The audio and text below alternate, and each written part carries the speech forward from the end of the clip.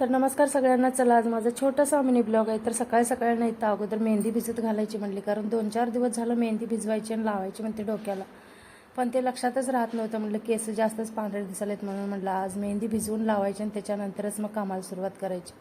तर मेहंदी अगोदर लावून घेतली आणि सुकस तोपर्यंत म्हटलं चला थोडासा स्वयंपाक वगैरे करून घेऊया. तर आज कोथिंबीर होती थोडीशी, तर म्हटलं चला कोथिंबीरच्या वड्या बनवूया.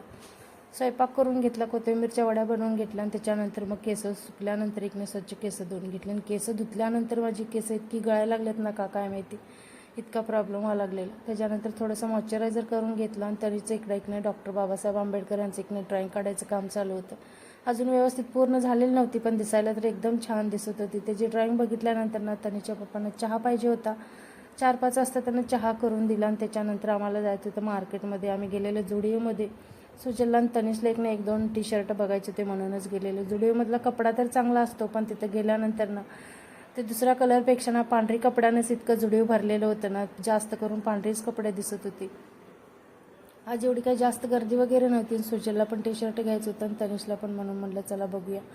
पण जास्त पांढरी असल्यामुळे एक नाही मग ती काही घ्यायची इच्छाच झाली नाही. तिथून 2-3 टी शर्ट घेतलं आणि परत मग घरी आले. घरी आल्यानंतर ना दुपारचाच थोडाफार स्वयंपाक होता, मग स्वयंपाक काय केलाच नव्हता. पण तनिषला ती भाजी खायची नव्हती, त्यामुळे असं काहीतरी करून खायचं होतं. शेजवान चटणी, मायोनीज, तर थोडंसं फरसाणा, मोजरीला चीज घालून असं काहीतरी त्याने पराठा बनवून खाल्लेला होता. त्याच्याबरोबरच मग आम्ही पण जेवण वगैरे करून घेतलं. तर कसा वाटला माझा छोटासा मिनी ब्लॉग? आवडला असेल तर चॅनलला लाईक, शेअर आणि सबस्क्राईब करायला विसरू नका.